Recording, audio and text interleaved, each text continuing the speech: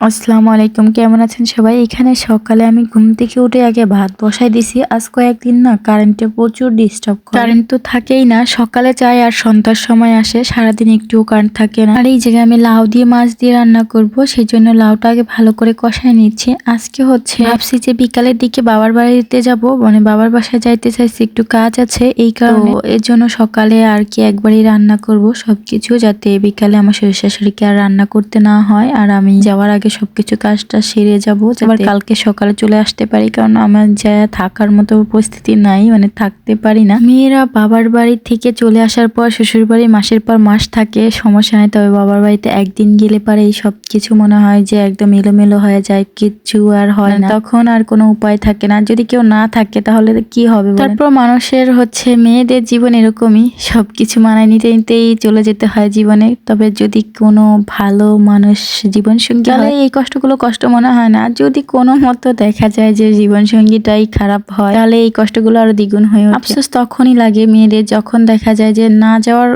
আফসোসটা অতটাও থাকে। যদি নিজের কাছের মানুষগুলো অনেক ভালো হয়, ফুলে থাকে সবাইকে, নিজের কাছের মানুষ যখন দেখা যায় না ভালো হয় না, বা আশেপাশে যারা থাকে তারা বেশি মানে অন্য মানসিকতা বা অন্যরকম হয়, যারা বুঝবেন, অত বেশি বলার দরকার মনে করি না আমি। যাই হোক, এটা আমি এখন রান্না বান্না শেষ করে আরো অনেক কাজ আছে আজকে আমার, যেহেতু যাইতে হবে বাড়িতে, সব কাজ সেরেই যাইতে হবে, আবার সকালে এসে আবার কাজ করতে হবে, এরকম টাইপের সবকিছু করে রেখে যেতে হয়। অনেক পুরুষ মানুষ আছে যারা নিজের স্ত্রীকে মূল্যায়নই করে না। কিভাবে মূল্যায়ন করে না? ভাত কাপড় টাকা পয়সা সবকিছুই দেয়, তবে তার কথার কোনো মূল্যায়ন নাই, তার ভালো থাকা খারাপ থাকার কোনো মূল্যায়ন দেয় না। আবার অনেক পুরুষ মানুষ দেখা যায় সারাদিন মহিলারা কাজ করে বা স্ত্রী কাজ করে যখন সে বাসায় আসে তার সাথে একটু টাইম দেয়, সে ভাবে যে তুমি তো সারাদিন কিছুই করো নাই, তাহলে এখন তো বসে আছো বা মোবাইল দেখতেছো, এটা করতেছো ওইটা করতেছো না।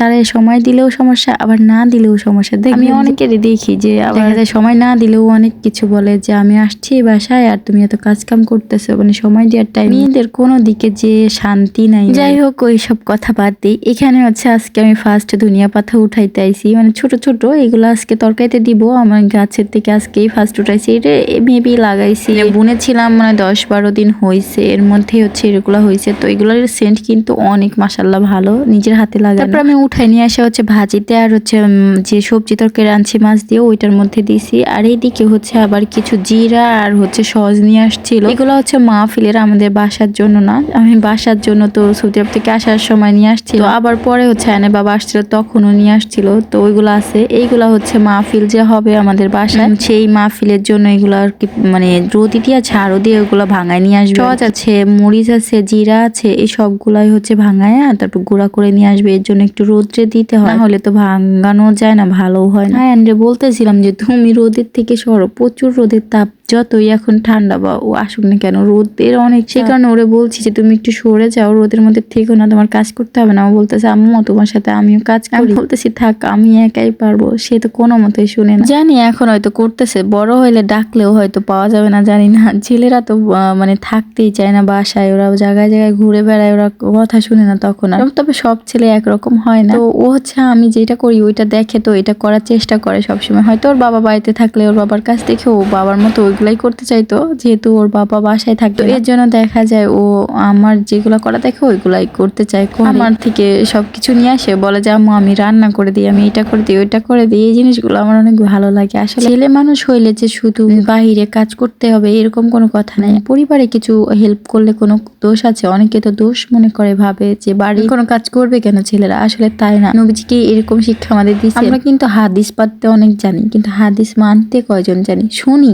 মাহফিলে কিন্তু সবাই যাই, কিন্তু মাহফিলের কথাগুলো আমরা কয়জনে মানি না। আমার তো ওইরকম কিছু শোনার দরকার নাই যেগুলো আমি মানতে পারবো না। আমার কথা যে আমি যেটুকু জানি ওইটুকু মানার চেষ্টা করি, এটাই তো যথেষ্ট। আমি হচ্ছে ড্রাগন গাছগুলো লাগাইতেছিলাম অ্যালোভেরা দিয়ে, মানে অ্যালোভেরা কেটে কেটে তারপরে হচ্ছে লাগাইতেছিলাম যাতে ভালো হয়। অনেক আপু বললো যে ড্রাগন গাছগুলো লাগানোর আগে নিচে অ্যালোভেরা দিয়ে নিবেন, তাহলে দেখবেন যে ভালো হবে বা তাজা হবে, চারাগুলো মারা যাওয়ার সম্ভাবনা কম থাকে নাকি। আরো কীটনাশক দিতে হয়, তবে আমি কীটনাশক দিইনি এখনো, এইভাবে লাগাই দিছি। আর এগুলো আবার পরে ট্রান্সফারও করব। যাই হোক, আজকে ভিডিওটা এই পর্যন্ত। কেমন লাগলো অবশ্যই জানাবেন। ভালো থাকবেন, সুস্থ থাকবেন, আমাদের জন্য দোয়া করবেন। আল্লাহ হাফেজ।